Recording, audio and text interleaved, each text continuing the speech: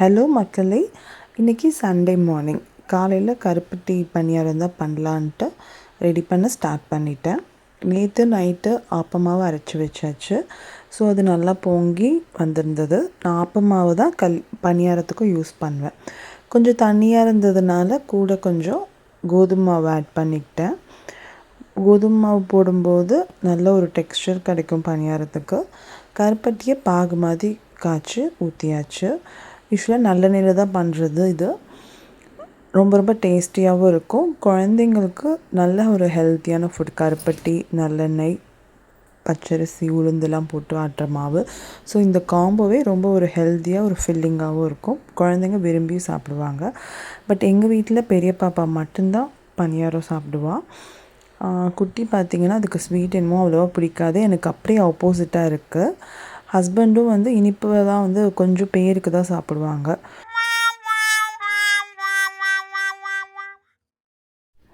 மாவு தான் வேணும்னு சொல்லிட்டு டெய்லியும் வந்துடும். நான் ஏதாவது அடுப்பு கிட்ட நின்னாலே மாவுன்னு சொல்லி மாவு கேட்பா குட்டி பாப்பா. ஏதாவது நான் ஆர்வக்கோளாராக ரொம்ப ஆசையாக பண்ணேன்னா யாருக்குமே பிடிக்காது வீட்டில். அதை நானே தான் சாப்பிட்ணும். ஆளாளுக்கும் ஒவ்வொரு டிஃபன் பண்ணுற மாதிரி தான் இருக்கும். ஒருத்தவங்களுக்கு ஒன்று பிடிச்சா இன்னொருத்தவங்களுக்கு பிடிக்காது. எத்தனை பேர் வீட்டில் இந்த பிரச்சனை இருக்குது. சரி, ஏதோ ஒரு டிஃபன் பண்ணோம், எல்லோரும் சாப்பிட்டாங்க அப்படின்னா பண்ணுறதுக்கு ரொம்ப ஆசையாக இருக்கும். இங்கே ஆளுக்கு ஒன்று சாப்பிட்றாங்களா, ஸோ நமக்கு கொஞ்சம் டென்ஷன் ஆகிடும். ஹஸ்பண்டுக்கு இனிப்பு ரொம்ப பிடிக்காதுன்னு சொன்னேன் இல்லையா, ஸோ அவங்களுக்கு அடை தான் ரெடி பண்ணேன் நான். அடமாவும் நேற்று அரைச்சி வச்சுருந்தேன் நான். ஸோ அதில் ஜஸ்ட் வெங்காயம் எல்லாம் ஸ்டஃபிங்லாம் உள்ளே போட்டு அடை ரெடி பண்ணேன். வெளியே போக வேண்டிய வேலை இருந்துச்சு.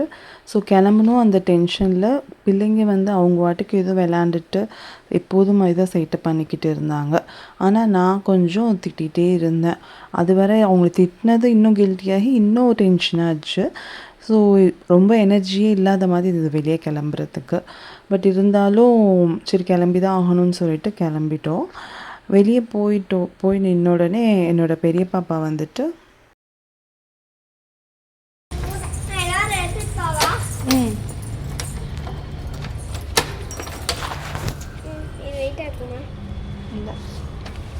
தேங்க்யூ.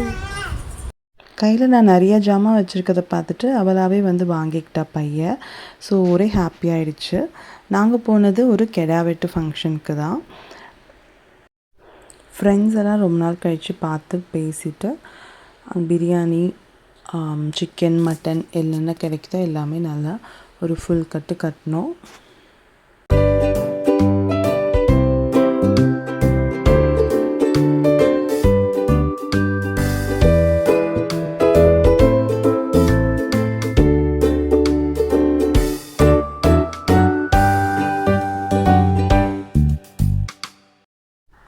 சாப்பிட்டு முடிச்சுட்டு அங்கே வெத்தலை பாக்கு வச்சுருந்தாங்க. அதையும் விட்டு வைக்கணும்னு சொல்லிட்டு அதையும் போட்டேன் நான். நிறைய குட்டீஸ் வந்திருந்தாங்க. ஸோ எல்லாம் சேர்ந்து ஜாலியாக விளாண்டுட்டு சூப்பராக டைம் போயிடுச்சு. ஸோ ஃபங்க்ஷன் முடிச்சுட்டு இன்னொரு ஃப்ரெண்டோட வீட்டுக்கு போனோம். அங்கேயும் போய் நல்லா எல்லாம் டைம் ஸ்பெண்ட் பண்ணிட்டு வீட்டுக்கு கிளம்பியாச்சு. வீட்டுக்கு ஒரு குட்டி தூக்கம் போட்டுட்டு ஈவினிங் பார்த்தா சூப்பரான மழை, நல்லா ஜூனு மழை பெஞ்சிட்டே இருந்துச்சு. உங்கள் ஊரில் இன்றைக்கி மழை பெஞ்சிச்சா? வீடியோ பிடிச்சிருந்தா லைக் பண்ணுங்கள், ஷேர் பண்ணுங்கள், சப்ஸ்கிரைப் பண்ணுங்கள். தேங்க்யூ.